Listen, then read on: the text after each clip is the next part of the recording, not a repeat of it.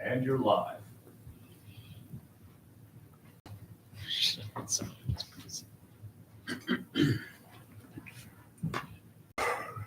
Hello, everyone, and welcome to the Haunted Horizons podcast. Today we have Unsolved. Thank you, everyone, for being here. I feel this is weird having my computer here. Let me switch this around.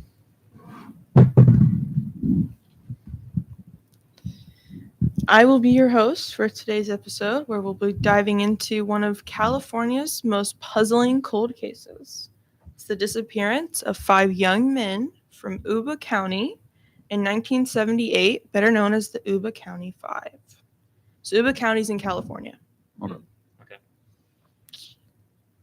And I kind of already asked this, but have any of you heard about this case? I've actually never heard of it. Nope. Interesting. Me personally, I have not.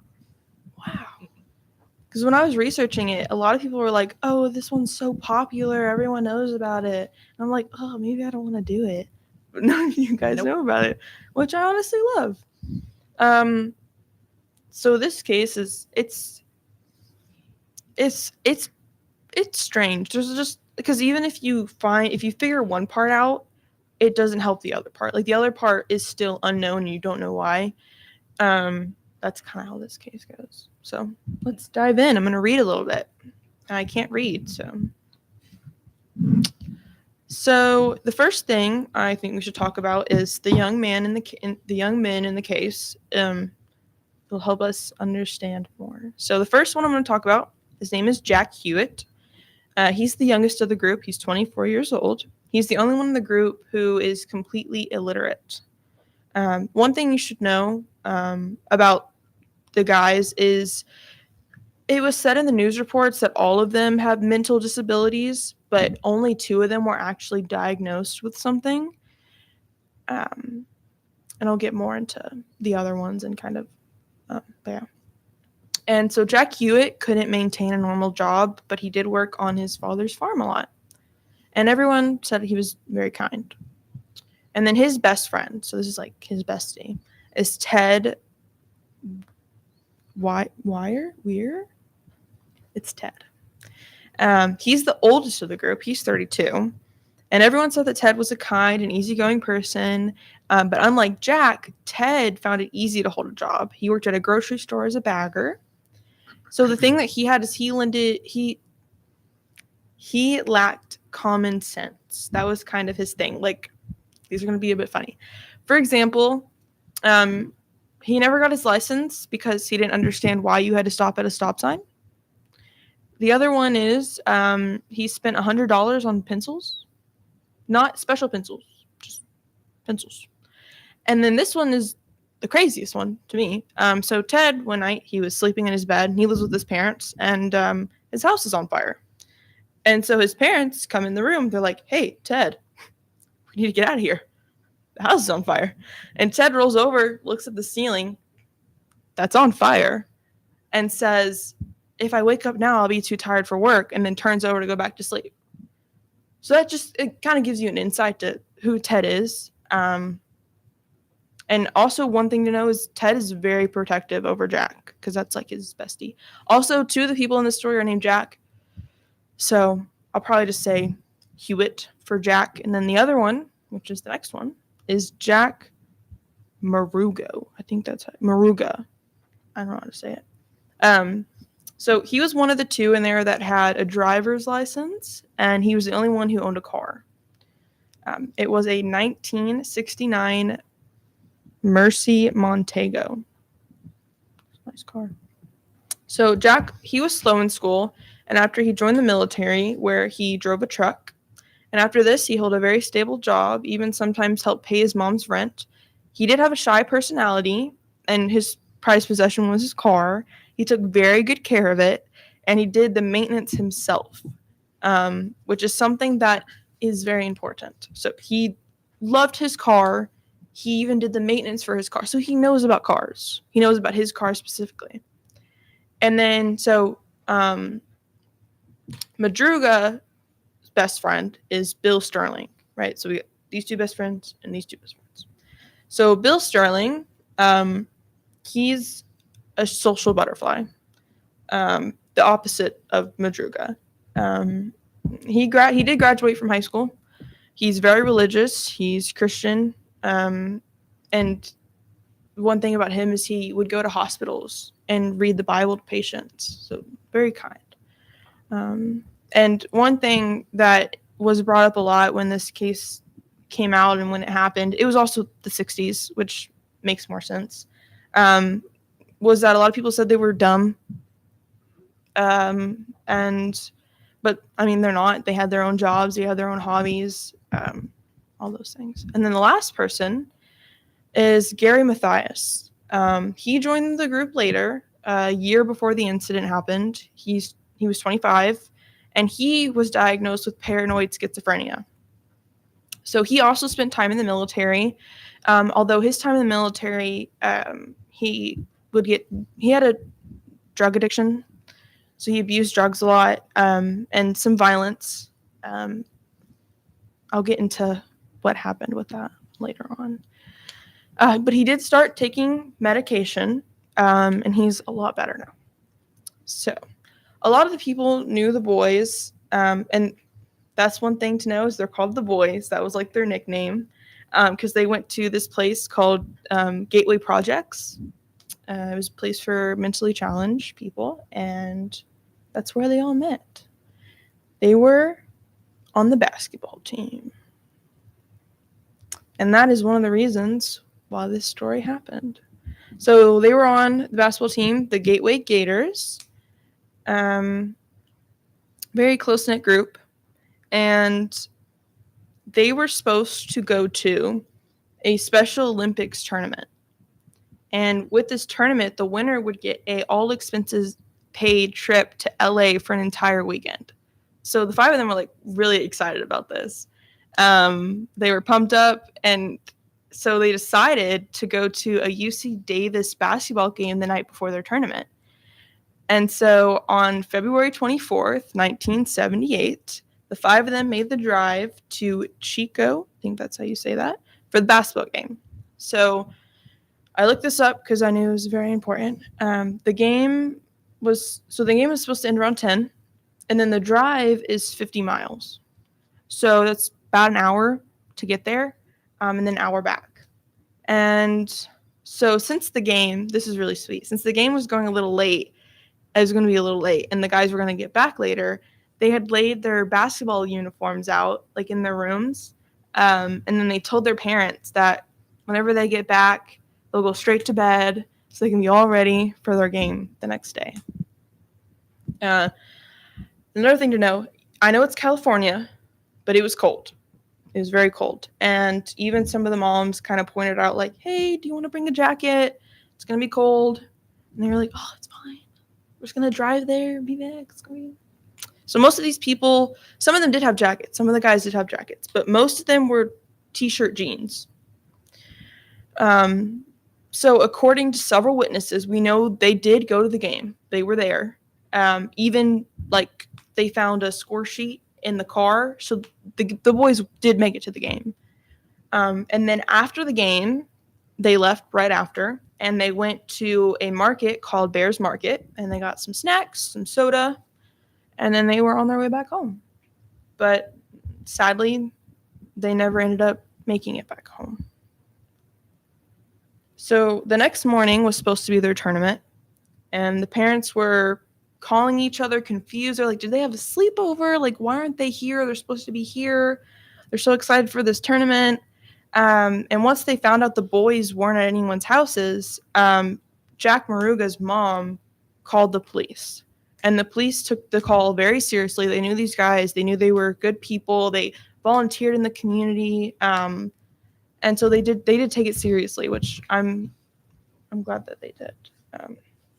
So they put the missing car, which was the 19... I'm trying to remember what the car was. It was the 1969 Mercy Montego. And they put that for missing cars. So for a few days, there was no sign of the boys. which was weird because they had done all these preparations. But then on February 28th, so the game was the 24th, so now it's the 28th, the car was found. It was found in Plumas National Forest by a park ranger. And a weird thing is it was far off the expected path home, way off.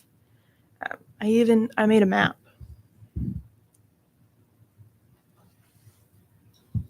Which is kind of funny because I wrote it on the back of my homework for geology, and it's mapping homework. So I made a map on the back of my mapping homework. Okay. I'm just gonna kind of know what I'm talking about. Okay. So don't look at the bottom, just look at the top. So that's the basketball game. That's the car. And then that's home. So this was the route that they took to get there and we're supposed to take back. But they ended up over here. And that's 70 miles in the wrong direction. And they were found 4,400 feet at elevation. So they were on a mountain, an icy, snowy mountain. Yeah, so the boys, 70 miles. But the thing is that they reached an ice cap on the mountain. And one thing to know, it's kind of like a little detail in there, is most of them hated the forest. They didn't like the dark. They didn't like being outside. They didn't like bugs. They didn't like all that stuff. They just didn't enjoy it. It wasn't something that they liked to do. So to drive into the forest, it's weird. When the car was searched, it kind of looked like someone was spinning the wheel, like the tires, to get out. But then the police kind of looked more into it, and they were like, the car is stuck, but if one guy just pushed on the back of the car would get unstuck. Like you could lean on it and the car would have gotten unstuck. So that was a bit confusing. And then another thing to note is that the doors were all unlocked, keys weren't there, and all of the driver's side window was down. And another thing that I'd mentioned before was Madrigal loved his car. Like it was like his prized possession. So it'd be so weird that he just left it there, especially with how easy it seemed that it could have gotten out. And so the question is, where are the boys and why did they abandon the car? So at this point, all the police had was the car, and the boys were nowhere to be found. They'd been gone for 3 days at this point. And one big possibility is that the boys must have run out of gas or the car broke down. But the police hotwired the car. The engine started up just fine. And they still had a quarter of a tank of gas left. So that rules that out. And then, so after, one thing I forgot to mention was how I mentioned earlier, the scorecard that they found in the car. One of the guys was taking the score of the basketball game. There's also snacks and soda in there, so that also gives another thing, too, that they did go to that gas station or market after the game. But once the team started their search, there was a big ice storm. Like, first day that it happened. 2 people in the search almost died because of it. So they had to stop it and call it off until later on. And so another thing with snow is it tampers with evidence, shoe prints, stuff like that. It ruins it. And so on June 4th, so it's been a minute, most of the snow on the mountain had started to melt. And so in this national park, they have these survival trailers like all throughout. And when it snows, they kind of get covered, so you can't really see them, can't go inside them, all that stuff. And these motorcyclists were riding to check on this trailer because the snow had been melting, so they were going to check on it. And they noticed that a window was shattered. Like, oh, that's weird. And then also, there was a really bad smell coming from it. So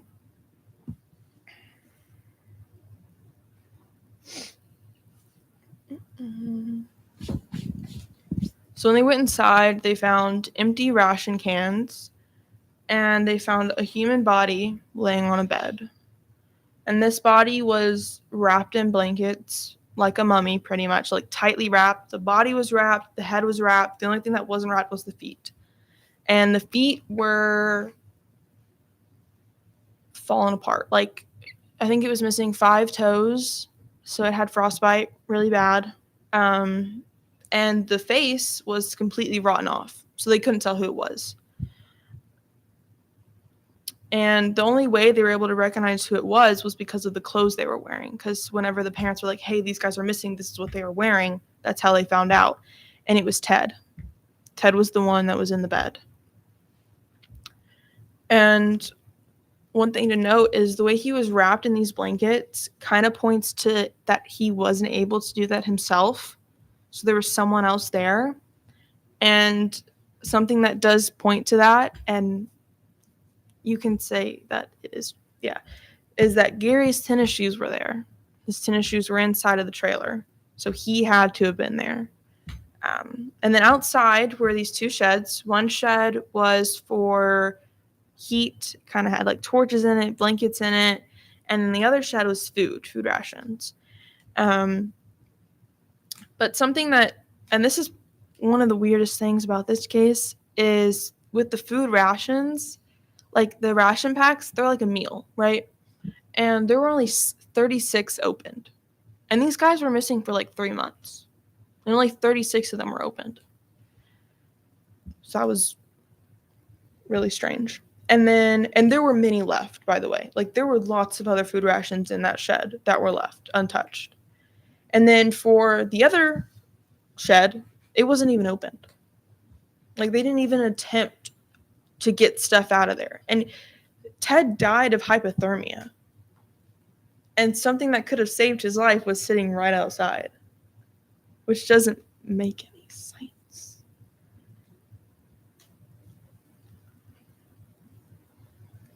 So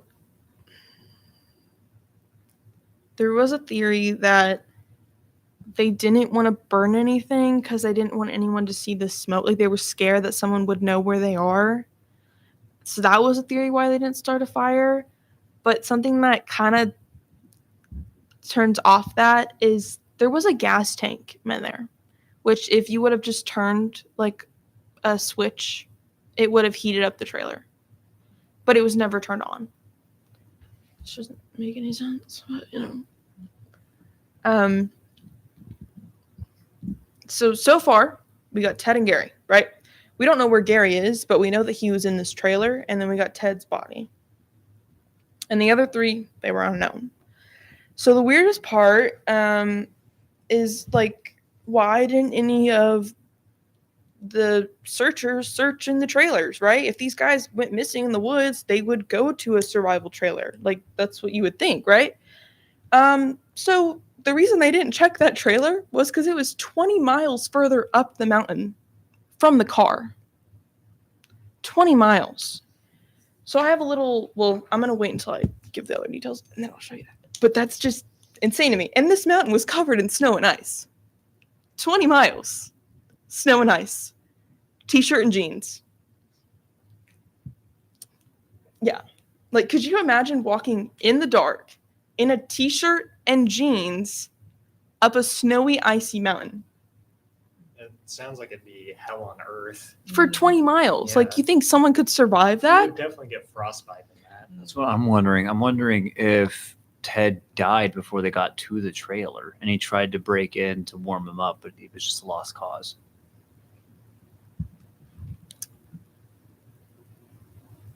So, due to this finding, they were like, okay, we found them here. They're way far. We've been searching around the car. We need to search around the trailer. So they did. And they ended up finding Jack Maruga, and Bill Sterling 11 miles up the mountain from the car. So they were halfway in between the car and the trailer. And they were lying next to each other. And their bodies were almost just bones because animals had been eating them. And so it's likely that when the 5 were traveling Bill or Jack or both could have laid down and died. Because one thing about hypothermia is you're like, oh, I'm really tired. I want to take a nap. So you lay down and then you never wake up again. And an even sadder thing to think about is that one of them collapsed and the other one couldn't leave him because that was his best friend. And so, because they ended up dying right next to each other. That's really heartbreaking. Yeah. This is also. It could have Yeah. been, just as a detail, if they knew that the trailers were up there. Yeah. And if one of them did collapse and couldn't move, since they were best friends, Mm-hmm. maybe he stayed behind to protect him and was like, just go up a little bit further and Yeah. I'll wait for you. Mm-hmm. And they never came back for him. Yeah. And then we have Jack Hewitt, which is the last unknown that we don't know about. And he was found by his father. So his father saw his son's jacket and picked it up, and his son's skull fell out of it. And that's how they found his body. And they said he probably died of hypothermia. A strange thing is, well, I mean, it's not that strange. It makes sense. But his shoes were found that he had taken them off before he died. And that's another thing with hypothermia is you tend to strip your clothes because you start to get hot, but you're not actually hot. And then you die faster. This is a heartbreaking case. It's very sad. Yeah.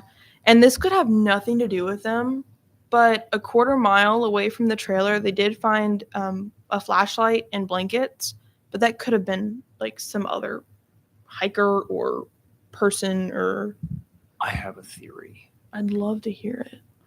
but I might save it because I've said a lot of theories. But I think I know what happened to the two boys, at least based on Okay. this. Okay. Yeah. So hear me out. Right, throwing a ball in the dark. We have two boys at the bottom of the hill, Mhm. or not the bottom, but 11 miles from the car. They hiked up trying to find a trailer. One of them collapsed from the cold. The other one couldn't leave him behind, so he asks his friends, hey, go up a little further and try to sprint back with supplies. The boys go further. They make it to the car. They break in. One of the boys is dying. His friend quickly tries to wrap him up. Gary, the missing friend, bundles up his friend in the car saying, wait here. Didn't even think about the propane. Tried to get supplies for his friend. Goes over and grabs a flashlight to try to find his friends and blanket. He gets lost on his way and goes in the wrong direction while his friends are lower down the mountain. I can debunk that. Ooh. Just saying, in the Okay. future, I can. One thing that might help is I got another map. Okay. Got another map for you guys. All right. Don't look at my score. It's a bad score on this homework. So, It's all right. It happens to everyone. so here we have, this is the trailer. Mhm. This is the car, right? So if they went this way, that's 11 miles. That's a trail. They instead went this way. That's 20 miles. So this is where Madruga and Bill died, right there. And then up here, so right next to the trailer, like maybe a few miles, is Jack Hewitt. That's where he died. And then one thing to know, which kind of points to why they went the other route instead of this one. So it was snowing, so you can't see the ground. And so they had sent up like these, what did I call them on here? Like dozers, like snow plowers, to go check on the trailers. And the route that it took was this 20-mile route. And so it being so heavy, it pushed down the snow. So it made its own kind of trail. And so would you rather take this that kind of looks like a trail or just unknown snow? And so they went with, that's the theory of because it was 20 miles that they did go up. So that's what people think is that's why they went that way. But yeah. So you guys must be thinking like, wait a minute. So these 4 guys, they're dead. But where's Gary? We don't know. So it's been 50 some odd, almost 60 years. We don't know where Gary is. We still have no clue where he is. So that's the unsolved part.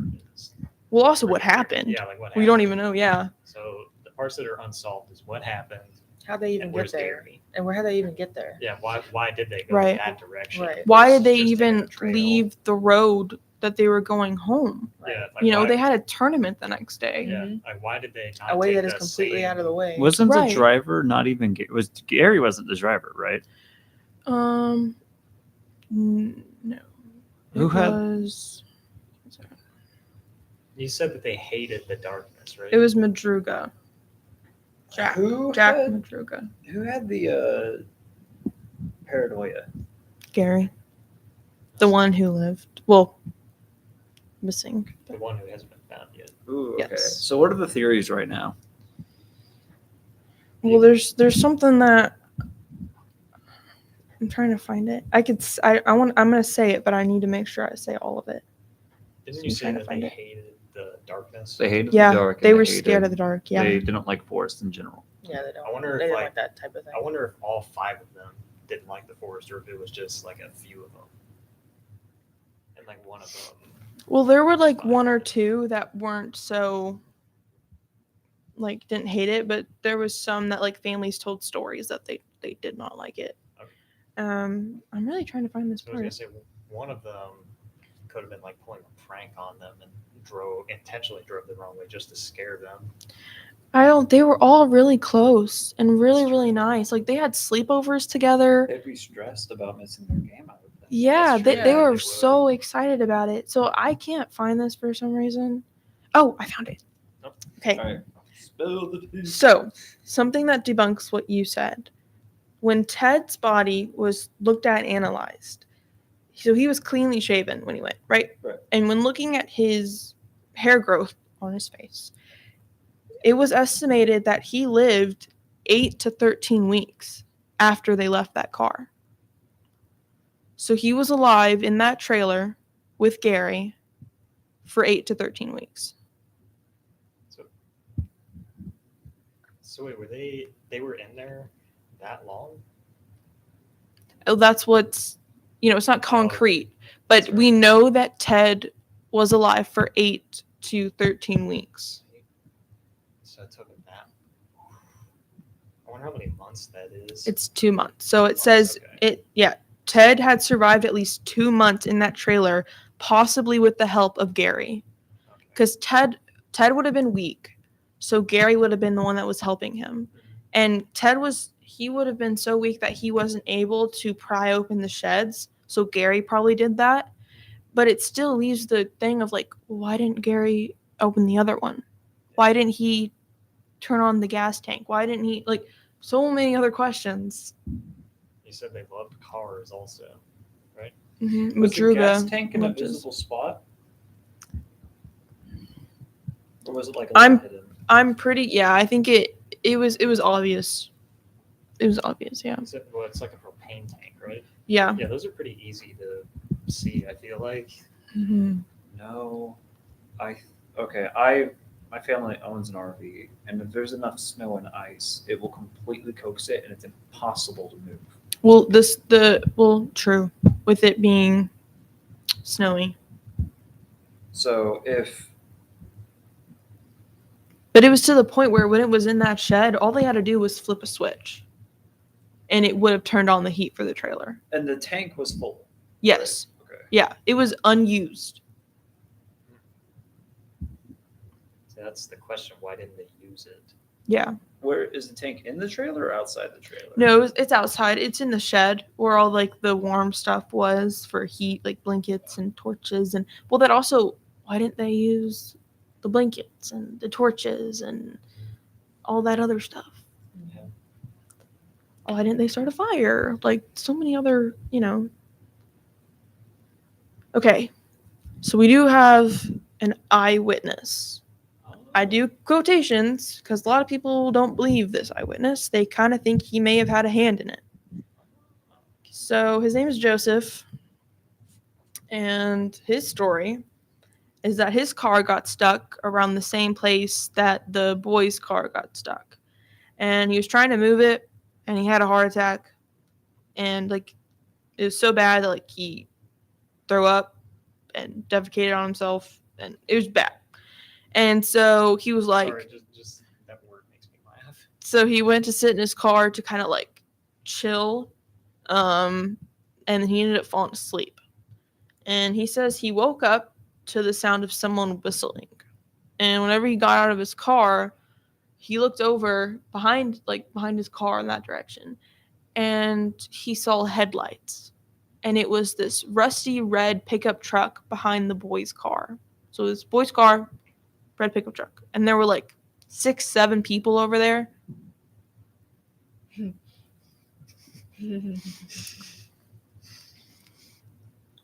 You set yourself up. There were people over there.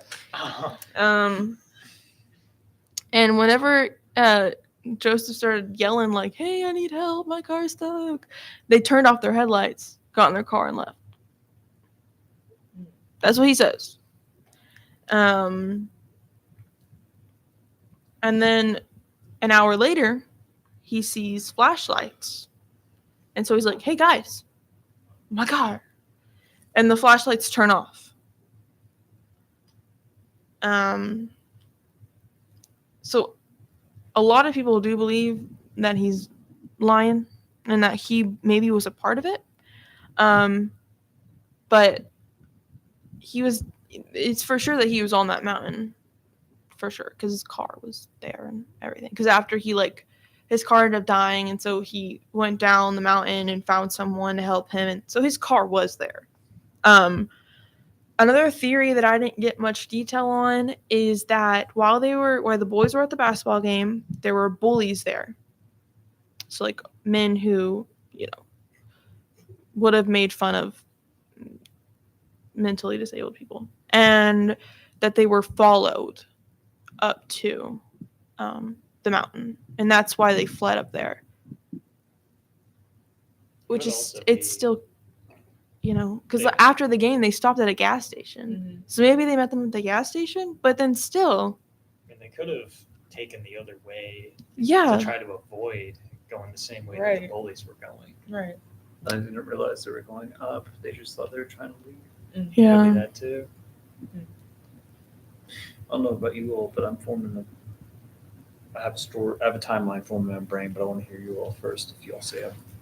Yeah, I'm about to get into some theories. If you guys want to, do you want me to go into theories, or do Yeah. you guys want to do You theories go- first? You go into your theories first because I want to see if it lines up with my theory. Well, I haven't written down my theory, but this is what 70 to 80% of people believe. Even the parents of the boys believe this, that it was Gary. That Gary. But I can kind of debunk that. That Gary killed all of them. Yeah. Okay. So either if it was on accident or on purpose. So And I feel people, like you can't kill every person on accident. no, kind of in the way of we still don't know why they went up there, but let's just say they're up there, and then Gary was like, "Guys, the car's stuck. Let's just go this way." Like it was Gary leading them. Oh, So that's what they mean by accident. Okay. Yeah, or if he had malicious intent behind it. And some things that do support this theory is he was the most intelligent out of the group. If they were to walk out into the woods, it was probably Gary's idea. He also had a criminal record of violence. He's the outsider. He joined the group a year before the incident. The boys, I mean, they got along with him, but the parents did say that Gary kind of put him off. And then also the fact that Gary was the only one that wasn't found. Like that's another That is thing. fair. That does not create a good outlook for him. Yeah. But the things that kind of push away from this theory is now there's going to be some things that Gary did that you're not going to want to look at him as a very good person. But there's an upside to it. So like I said, he was violent in the military and he had a drug addiction. And he got into a fight in the military with another guy and ended up in a cell. He was naked. I don't know if that's important, but he was naked. And then when a sergeant came to get him out of there, Gary punched him. And Gary said that he punched him because he wanted to get out of the military. That's what he says. But after this incident, he was evaluated, and that's when he was diagnosed with paranoid schizophrenia. And then he cut ties with his parents. This is crazy. He cut ties with his parents until one day, so this is a couple years later, he showed up on their doorstep, dirty, unshaved.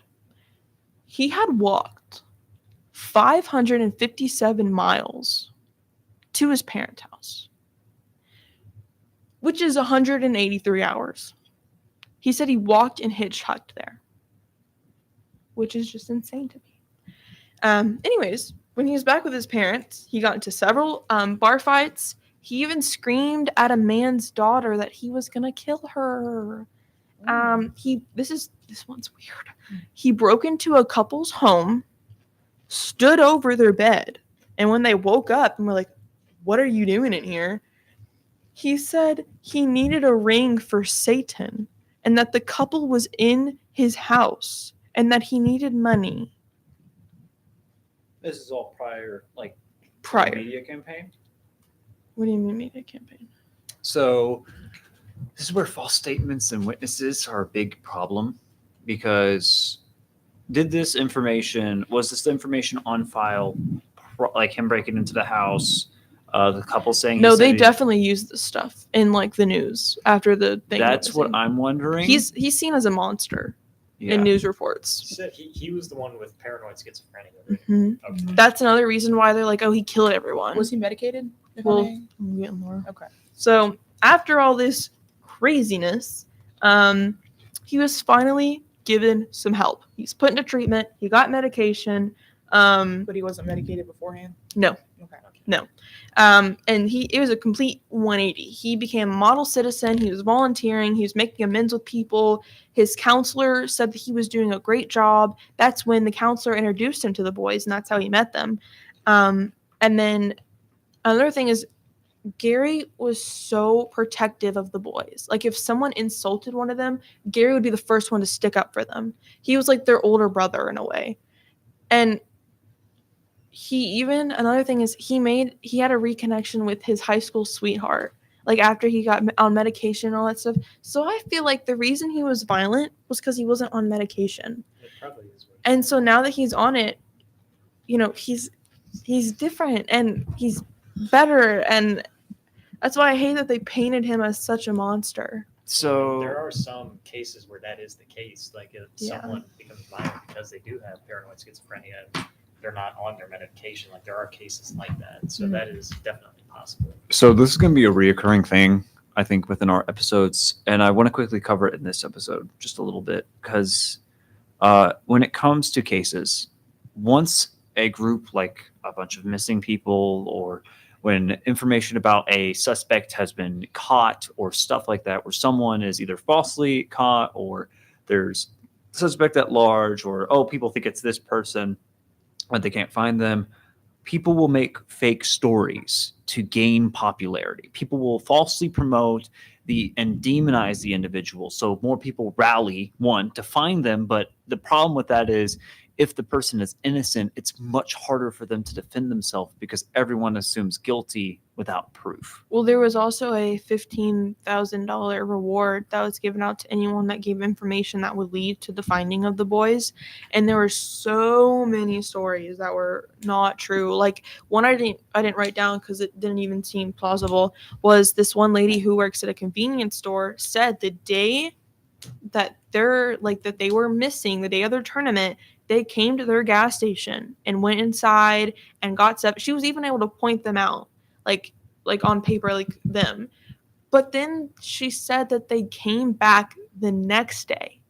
So you're telling me these guys drove up this mountain, got their car stuck, went up to the trailer, and then came back down to go to a gas station, and then went to the gas station the next day? They would have died It trying just- to do that. Yeah, it just didn't make any sense. But yeah, there were lots, like people were saying they're in Miami. People were saying they're What state was this in? California. And they're saying they're in Miami? Yes. So That's like on the complete opposite side of the country. Mhm. So the current 70% people believe that Gary was the killer. Accident or on purpose. Yeah. And right now, So we're almost potentially looking at a murder case. so we're looking at a potential murder case, Mhm. but also, is there any other theories? What's the 30%? Well, kind of one that I said was that I think I don't know this for sure. I think that there were eyewitnesses at the basketball game saying that there were some guys messing with the boys. Mm. And that may have been what led to what happened. Mm. But it still doesn't explain, well, I don't know. It doesn't explain why they didn't go into the shed with all the heat stuff. It doesn't explain why they didn't eat all the rations they had. It doesn't explain that Doesn't stuff. explain how they get there from the get go. Yeah, like And it could have been. You said they hated the dark. What if they were like too scared to go like out into the dark? well, they went outside to get rations. That's true. I have a theory. Tell me. And this one's a shot in the dark. Okay. And I'm sure there's evidence that counteracts it. I think. Let me start the story. So we have the boys. They are excited and getting ready to celebrate for the following day. They're about to go to the Olympic game. They're super pumped. They got their jerseys ready. They got everything nice and folded, and they want to go. They go to this basketball game. And this basketball game, from what it sounds like, is around where they live, correct? It's Like, about an hour away. so maybe people knew they would go. And let's say these bullies that were at this game thought, let's mess with them a bit, or just some demented people thought, let's mess with them a little bit. So here's what happens. The boys are at the game. They have a fun time. They get harassed a little bit. And maybe Gary said some words that ticked one of them off. Mm. They decide to leave early or leave at right near the end because they still have a tally sheet. Mhm. They go to a gas station and try to fill up on gas. The guys followed them there. Unsuccessful, which explains why they had a fourth of their tank left that far. So they tried to fill it up, got harassed, called it quits, just tried to leave. Well, one thing is after that is when they traveled 70 miles off path. So they probably did have a full gas tank. Maybe they just got harassed. Well, they had got a full gas tank, and then driving there is what ran down their gas kind Right. of thing. But another thing with that about the harassment thing is if I'm getting harassed like to the part where I think my life is in danger, I would not be sitting in the car eating snacks. No, I'd be. There were snack wrappers, there were empty soda cans in the car. Maybe when they ran away from the car, the bullies, but then they wouldn't leave the wrappers in the car. It just doesn't make any That's sense. where the theory comes in because we're about to get to that point. Yeah. They get harassed at a gas station, and snacks are sold at games. So here's what I think happened. I think they got snacks at the game. Were eating it on the way to the gas station. The guys followed them. They start getting stressed, and they decide to leave. On their way home, they start to get followed. They took an alternate route, go up a trail, thinking it's a different way home because they're super far, and they're just trying to get these people off their tail. Maybe it's a loop. And maybe Gary is encouraging them, hey, we need to get these guys off our tail. They're following us. He's the first one to lock in on it. He's the one he has experience in the military. He knows how to survive. Gary tells them we need to get off this trail. They do. They go too far up and their car gets stuck. The truck followed them up and realized if it gets too much further, or maybe it saw the other car, it'll get stuck too. And this is where that other witness comes into play, because maybe they were in that truck. Maybe they were a part of it, or maybe they drove up with it. Mm-hmm. And I'd say it's kind of a missing piece. We don't know if Joseph was with the bullies or not. right. So I'm thinking Joseph maybe he got stuck on his own. Maybe his story is true. But even if it's not, the best explanation for it is that he went up with the others. Mm. And so boys get stuck and they start freaking out. They can't push the car out because the other car's behind it. And they're scared. Yeah. Get out the car immediately. Gary grabs them. They start running up the hill. The other two get stuck behind. Let's say that the other two, the ones who were lower on the hill, maybe they got caught. Maybe It was 11 miles. yeah. What if they chased them up Or what if they realized it got too cold and they backed up the car to get supplies to go up there, which is why they came back with flashlights. Mhm. If that's true, or they could have just went up and the flashlights was just another car being like, oh, I'm going to get stuck up here and left. Mhm. So here's where the theory starts to get a little interesting. The two boys get exhausted from the cold. They're running up this trail trying to get away from people that they think are going to hurt them. They start running, and eventually they start getting exhausted from the weather, and the two get stuck. One of them collapses, and the other stayed behind to keep him safe Mhm. from the bullies because they were scared. The other two run up the hill to try to get supplies. The other three try to run up the hill to get supplies. Just real quick, y'all are gonna have to ignore me while I put my eye drops in real quick. Mm. All good. They go up the hill. The bullies find the two dead. Mhm. They go looking for the others. They go up the trail, and Gary has schizophrenia, Mhm. which means in moments of stress, he sees things. He gets into the park, busts it open, tries to drag his friend in. You think even on his meds? Or without Yeah. his meds. Well, he's on his meds right now. Oh.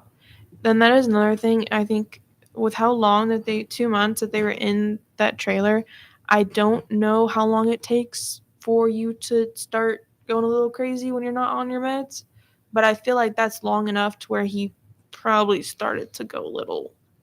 That's Oh, what I bonkers. think. I think that if they were being harassed and they got chased up this hill, right? Gary would start panicking. Even with medication, it can still get to you. There's no way to fully get rid of a mental illness. Mm-hmm. You can dull down the symptoms, Mhm. but in a hyper stress situation, think about it. He has PTSD from Army. He has all these stressors. If he found a bunch of guys chase him up a hill, and to his knowledge, his friends are dead because they got stuck at the bottom and they can't leave. Because what if the guys followed them up the hill? Mhm. And what if they're around the cabin? So Gary or Jack, the other Jack who was up the hill, what if Jack tried to go out and Gary saw one of the guys notice him and they ran at him? So although they eventually left, Gary went one day, then 2 days without his medication. His schizophrenia has kicked in. He can't search the other cabin because he can't see the inside. He's scared he's going to get jumped. He stays with his friend and tries to keep themselves warm. Or there's two paths. He tried to stay with his friend, keep him warm. He's too freaked out to be able to go outside the cabin, so they just eat what's in the cabin. They never leave until they fully run out of rations when the other boy died. That was a question I was gonna ask. Do we know like how long it had been since he had taken his medication? That's another, yeah, we don't know if it was morning or afternoon, but 24 hours is enough time for medication to wear off. Mhm. So I'm thinking within that 24 hours, if he took it in the morning, by nighttime it started to wear off. He's getting stressed out from this scary situation. He gets stuck in the cabin. Now here's two ways my theory goes. Theory one, Gary tried to take care of his friend and he ate some supplies, and him and Jack went out and got attacked. Jack died. He either got super hurt or he just collapsed from the hypothermia after a minute.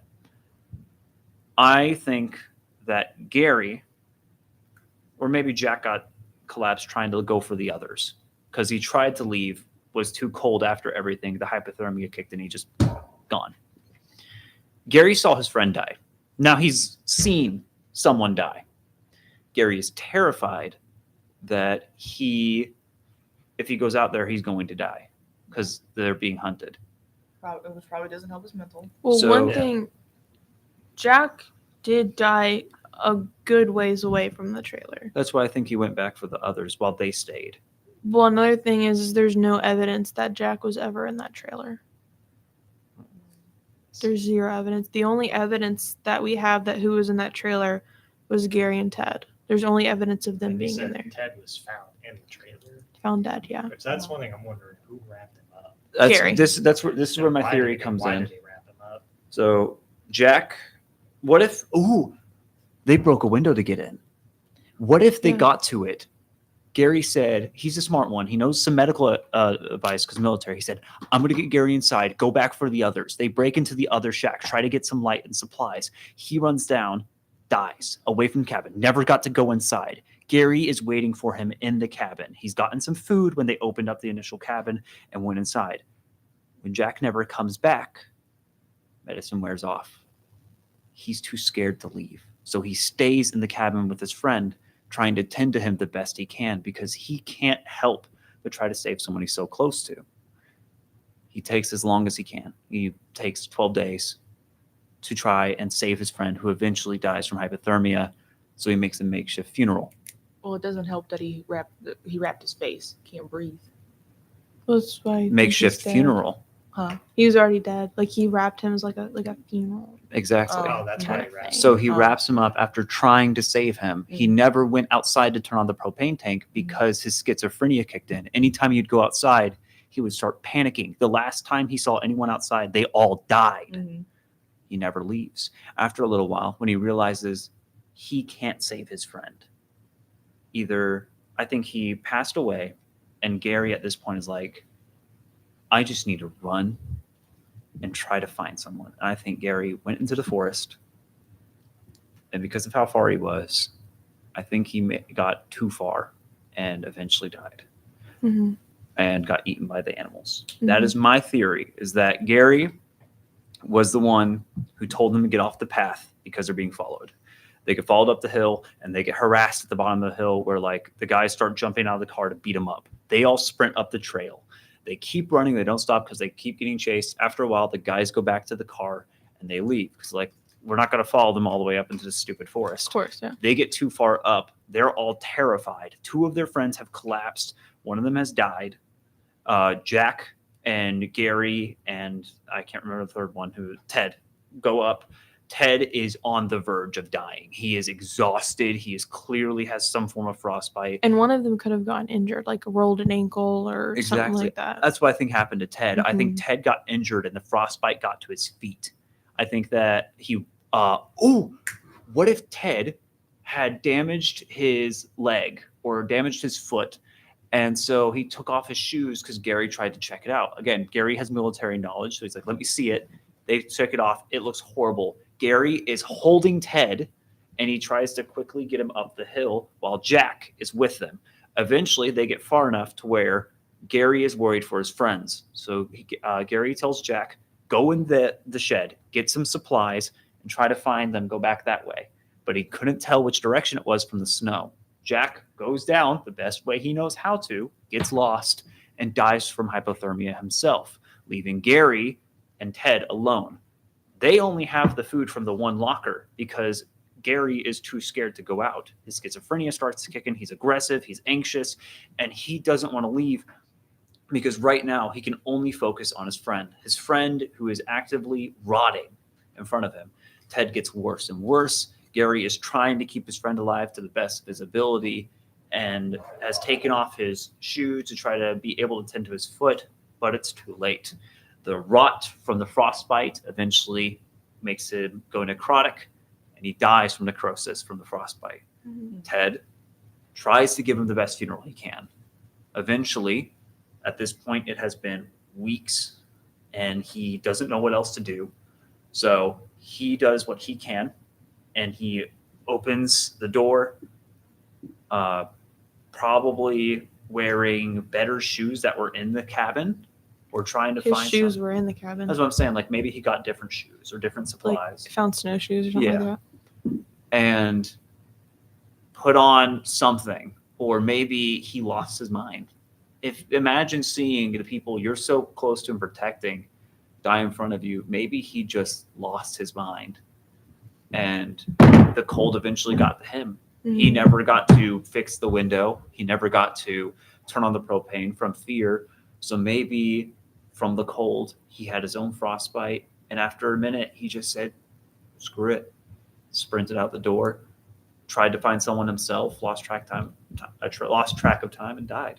One problem I have with that, though, if they broke that window the night the incident happened, they were at least Ted was alive for 2 months. So that window would have been open, blowing cold air in there for 2 months. I feel like they would have died before then if that window had been opened whenever the incident happened. Like, I feel like that may have happened later. So was the window just cracked, or was it like completely? It was shattered. Shattered. Okay. So Yeah. it was open. Yeah. So like, yeah. Okay. So I feel like if you're in a trailer, which I'm assuming isn't big, that air from the window is going to fill the whole thing up, Yeah. and they're going to freeze to die. They're going to freeze to death in like overnight. And so it's why I'm like about it being broken in the incident. Was that the hypothermia kicking in, so they shattered the window to try to cool themselves off? Yeah, but then that happens in less than 24 hours. Okay, that's true. Yeah. That's crazy. Wow. There's so many holes and so many. I mean, doors. So many, oh, yeah. I mean, if he has anger issues, what if when his friend died, he just felt Punched hopeless it. and punched it? Yeah. Like, because you said he's prone to anger, he's snapped at people, he's punched his own sergeant. If I was losing my mind and my buddy just died of me, I'd be so frustrated. I'd feel hopeless. I would want to attack something. I would feel horrible. But that also brings about the thing of like, why didn't he just punch a wall? Why didn't he just run Why do you outside? punch a window? Yeah, They like could've why just did he been- punch the Right, window? He could have like, just that not would been be- thinking and just punched. And them I'm the first pretty spot sure, they I don't know this for sure, but I'm pretty, they would have mentioned this, I think. Like, the trailer wasn't destroyed or anything. Like, I feel like if he would have gotten mad, he would have may have thrown stuff. Like, Yeah, the only thing that like was, a tantrum or something. yeah, the only thing that was messy about it was there was ration wrappers Mm. by the door. Like, that was it. Mm. It's so, it's strange. I think that if Gary and him. I think there's a monster up there. Wendigo. I think they saw a monster and it scared them. And I don't know. I think that's some supernatural stuff going, because you can't explain it without some supernatural stuff. I'm sorry. Oh, yeah. I was gonna say that, but I didn't. But also, though, I don't. The most thing that I hear about is Appalachia, and that's nowhere near Appalachia. So I'm like, Mhm. Well, good thing I got paranormal and haunted episodes because trust me, they're all over the place. Okay. well, there's also more into California. Like, isn't California the state where also those women went missing, like as a tribe or something like that? I could be way wrong. California, there's just so much crime that goes on there. Like, it's Bigger states tend to have bigger, Yeah. Mhm. Like, Yeah. California, I'm pretty sure, is known for having a lot of crime. of course. But yeah, this though, it's, and also like in the '60s, I guarantee they didn't have as much stuff as they did to this day. So that doesn't help. But the Either. evidence is 100% destroyed by this point. I mean, Yeah. cold I and mean, it's water. been like Mhm. 60 years. That is now. true. Yeah, That's but crazy. just the snow and water by itself is Yeah. devastating to evidence. And then you add in the freezing temperatures, which destroy cells. Mhm. And then you have, this is like a worst case scenario for a crime Mhm. scene. Literally. So like supernaturally, what do you think it could have been? Definitely not a Wendigo. 'Cause No. if a Wendigo was real, I feel like we would have more deaths, more Is that missing. more like a more- creepypasta thing? Or- No. It's No, that's folklore, tribal folklore. folklore. Yeah, it's folklore. folklore. I feel like, I mean, a possibility is that Rake. they could have seen Rake. something. That is creepypasta. They could have seen something, That's folklore. and that's what made them go off track. Is they saw something, and then they felt followed, like maybe it followed them or something, and then they got out of their car. It's so Yeah, it strange. could be a lot of things. And then the way that, like, just that those died, and then the two of them lived, and then Mhm. the And thing the- that there's nothing about Gary. The It's one- just Yeah, the one that had the worst outlook to him at the beginning is the one that's not found. Mhm. yeah, it's You all feel like you maybe came into a conclusion. I gotta double check something. There is a creature associated with California. it's all very strange. For sure. It is indeed. Yeah, we're not even like onto the people anymore. We're thinking of like supernatural. Because like they're going that way, Mm-hmm. and then they decide to go. Like there's two. Well, another loose end Mhm. that confused me, you said the car, they could just push on it and then it would get unstuck, right? Mhm. Yep. So why didn't they try to get it out?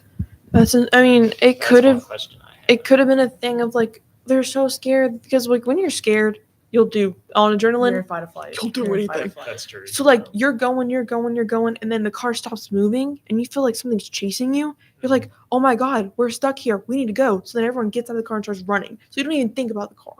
You kind of just like, I need to go get away from this kind of thing. That's true. I didn't think of that. That's why I think they got attacked by the car and they ran. Mhm. I mean, so many. And then also, why did some of them make it through the 20-mile trek and some of them didn't? I know. Yeah. See, That were some of them. was there something on the track? Like 11 miles in, you're telling me 2 of them died, but then 3 of them were able to make it Could it have 11 been- more miles? Could it have been due to like The how much weather? energy they had? I say maybe? separation. like- Because Yeah, it could have also been what they were wearing because some of Every- them were wearing jackets, some of them were wearing And t-shirts. And everyone jeans. reacts to certain temperatures differently, also. Yeah. that's why I think one of them got injured. And oh my god, what if one of the 2 boys got injured and the reason why they were next to each other was because he was helping him walk up the hill, and the other guys in fight or flight ran for their lives. The 2 couldn't leave each other, tried to make it up. I mean, they were best friends. That's what I'm saying. The 2. That's why people like think that one of them stayed for the other because they were so close. That's really heartbreaking to think about. So there is I'm gonna bring some some real tears out. cryptids tied to California. Some people claim Bigfoot. Some people claim, or like a Yeti. Bigfoot's more like the Pacific Northwest. Yeah. There is one option. It's kind of basic, but it's extremely like tied to California lore. I hate to say it, skinwalkers. Really? Yeah, Interesting. especially within the mountain range. Interesting. Whistling. They heard whistling, which would Yes. fit the motto. Okay. Yes. Yeah, Joseph, the one who his car. And he he was didn't even whistling. accuse it of being kids. They just said truck or light. Yeah. There's They also do. the radiance, which is like a weird light pattern that takes people. It's kind of supposed to be like the what's his name? Babadook, not Babadook. What's his name? Jeepers Creepers. Oh, the creeper. Yeah, that's what it was based on. Was radiance or other way? I don't Yeah, and it remember. doesn't- But there's a creature that forms in light that does that, and then there's what I've already stated. So those are your 2 best options for California if you're going cryptid route Mhm. or like True. mythology. Because the first one you said can shapeshift and all the things. So I mean, could have saw something, spooked him. My only When thing ran is from like, if a skinwalker kills something, how does it like? Because I remember hearing about them like killing cows or something like that. Like, how does it? it depends. Because they all died of hypothermia. Yeah. Besides Gary, of course. But like, Well, And not only that, Gary though, but could have died. of That's what hypothermia, sucks we about don't winter, know. though. You don't know how people really I know, die. it's true. Yeah. But not Because only the- that, though, It's but again the problem with snow is it makes Because if it someone makes got stabbed to evidence- death, it makes evidence Yeah. literally would- impossible. it would And- rot it with the frost. right. Yeah. Not only because that, though, they'd but- just be bones. Yeah. So with SWs, they don't really have enough information on them, obviously, Mhm. because like, do they attack their people, like who they come across, or are they aggressive? Like, nobody knows, because like, Well, if you go, there's different folklores. Some are just aggressive. Some just target what they want. Mhm. There is one that really fits this description. I think about it. Nagaloshi. Out of curiosity, how long are we planning on going? I have no clue. I We've was been going gonna. for an hour. Yeah. I was it's- gonna it's have. I was gonna be 5:19. like, "Hey, someone be a timer keeper." Yeah, we're gonna start wrapping up in a I've bit. been checking the. We're on theories, thing. We've been on. which is around the end of our episode. If we're talking about creatures, Nagloshi really fit this like weirdly well. They use hunting tactics, and their whole thing is when they hunt you, they give like they're extremely tribal mythology, and the whole idea is they mimic tweeting birds, and so a whistle like that fits with Nagloshi, and Do you think they would have followed the whistle? Maybe. it would don't have know, 'cause whistled to try to get one of their attention. Well, well, you was said- it day you or said was it that- night? The problem with that though is they're scared of the dark. Nagloshi thrive But in they the wanna dark. go Well, near they're it, all so- in the dark, so I feel like maybe they were like, "Oh, someone's whistling." But then it's again, 20 miles. I feel Like it- 20 miles of And following feel- someone yeah. who's whistling, that's a And then- bit. Yeah. And in that Well, and case, also it is the 60s, so the paranormal isn't really like, oh, it could be something paranormal. and Yeah. on top of that, you're more likely to yell like "hey" or something versus like whistling to get someone's attention. Mhm. Well, Especially a in the whistle. night. Well, whistle. That's a good way to get someone's attention, though, especially if you know how to. But if That's you're doing true. it for 20 miles, like They 20 don't miles, They of do it as a hunting song. No, that though, but like you can whistle really loud with this. No, yeah, I know. No, you I know, can, but like Yeah. following a whistle for 20 in the miles. in the dark, like at night though, in the dark, I feel like whistling is not the best way to get someone's attention. I think it is. No, but it's the best way to scare the crap out of something you're Exact- hunting. Exactly. Yeah. True. If he want not okay, so the reason why I think it's an Because SW my dad whistles at me all the time. is if it is one, or there's multiple. There's the forest tribes, which is a different myth, or the forest folk, which is a different mythology, talking about like hunters that live in forest, or like creatures that live in forest that look somewhat human, and they use weapons and they hunt people and they eat them and they like use all of their body parts for bones and weapons, and so there wouldn't be evidence of the person. Their whole body would get used. Mhm. I think it's an Agloshi if I had to label a creature. And I say that because, one, hearing whistling, even if the guy was lying about almost everything else, the whistling adds up with that. Number two, they are known for their extreme resilience to temperature with cold. So it being in a windstorm, an ice storm specifically, Mhm. isn't shocking. They're very similar to Wendigo, but their whole thing is they like to isolate people and toy with them. They're very smart creatures. Their whole thing is they like to mess with their prey and overall break it is their goal. Their goal is to coax the prey out. The only problem is in the mythology is they can't enter houses or property without permission. The vampire. But what they can do That's what I was is thinking. break things. So if it was one, like an SW or a creature like that, it could not properly enter the house. But what it could do is it could drive someone crazy outside of the house. It could eat the food and not need heat. It could just sit and wait. And if the person never came out, it could break a window and force them out of it so that it can drag them away. That's the only creature I would imagine. If you want, you can look them up. It's I did. That's what I'm looking at. Naaglosh. It looks like a wolf being, Let me see. like a wolf type thing, creature type thing. Oh yeah, it almost looks like a chupacabra. Yeah, Almost. which is Texas. Let me see if I can find one that looks the most There you go. close. What about this top one right there? What about that? This is a good representation. Stuff like these. Oh, Mm. okay. Those look so What the- sick. what was that? Favorite duck. My grandpa. Yeah, specifically these ones because they were said to be shaman that. Oh, So pissed off Native Americans. yeah, pretty much. Okay. And if you invaded their territory, Oh yeah, they gonna mess you up. but again, they can't enter property without permission. So imagine this thing. Oh my gosh, wait, it lines up with animals eating the other boys. They turn into other animals. They don't turn into people. That's their whole unique shtick, is they Oh. turn into large versions of animals. Oh, So so they're similar to Skinwalkers. if it ate the other boys because they were decomposed to their bones, and if you get someone who has schizophrenia stuck in a box with a creature outside that's the height of the freaking cabin, Mhm. I would not leave either. And especially if it's whistling at me, because Mhm. that's how old tribes communicated by whistling patterns. Mhm. Mm-hmm. That's So why. if it was whistling to other ones of it, or if it So- was just hunting them, it'd be like they would do that to each other as communication, not even just to scare them. That's probably why they tell you not to whistle in Appalachian mountains. Yep, that is or why. maybe mountains in general. I wonder if anyone's tried whistling. Oh, most I definitely. can Don't pull fuck up a around and find video. I can pull up a What? video of a Don't man fuck who around and acts. find out. There's a You can, video. I'm not. I'm not going to the Appalachian Mountains. Absolutely not. I'm not going to any damn mountains. There's always some kind of sus shit going on. This Oh. cave's being one of them.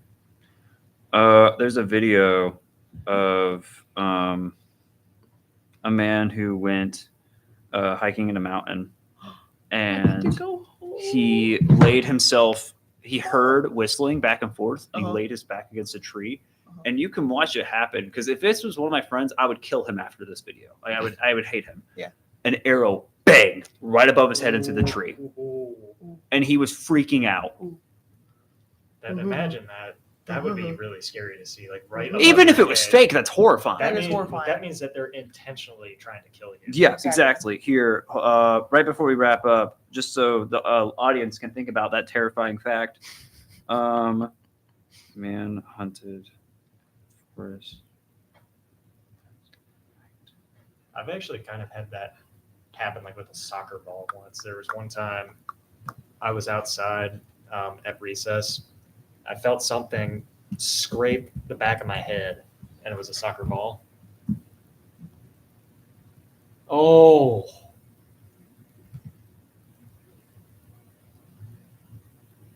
Oh wow. Ooh. Wow. Yeah, they're really trying to get him. Yeah. Like, is this real? Like, this actually happened? He only started recording when he felt like he was in danger. Okay. Okay. And there's all sorts of different tribes and different mountains and regions, and Nagloshi are their spiritual guardians. What does that We mean? got Yay, it. wheel time. All right, everyone, it's time Yeah. for the haunted wheel. Okay, no one can know. Only the camera can know. Spin that wheel. I should probably turn off the sound. Oh, yeah, we It got doesn't have any sound. no sound.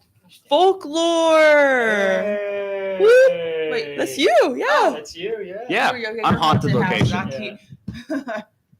Yay. So you're doing So I that? get to. So I need to do research and pick a case. Yep. You pick a Yes. case. Let's go. Send it to us. So like we do research on it? No. Or you can even just like pick, like if it's a creature, and then go over different cases around that creature. That would Kind of be just good. explain what it is. Can I like even You if know? it involves like a missing person? Is that okay? Yes. Yeah, absolutely. course. It can dive Yeah. into other cases. Yeah, 'cause Like this- haunted is all about murders at houses and stuff Yeah. about them. Because like each category is gonna cross over with some other category in some Yeah. way. Mine will a lot with yours and yours. I'm excited.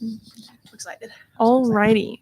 I'm gonna have a whole doc So, full of yarp. The Uba County 5K still remains unsolved. It's a chilling reminder of how quickly the familiar can turn into the unknown. If you have any thoughts or theories, please leave them below. We would love to hear what you all think about this. Thank you for listening. Stay curious, stay safe. Be back next Monday for Haunted Horizons, where we will go over folklore with Kaylee. Yeah. Bye, everybody. Bye.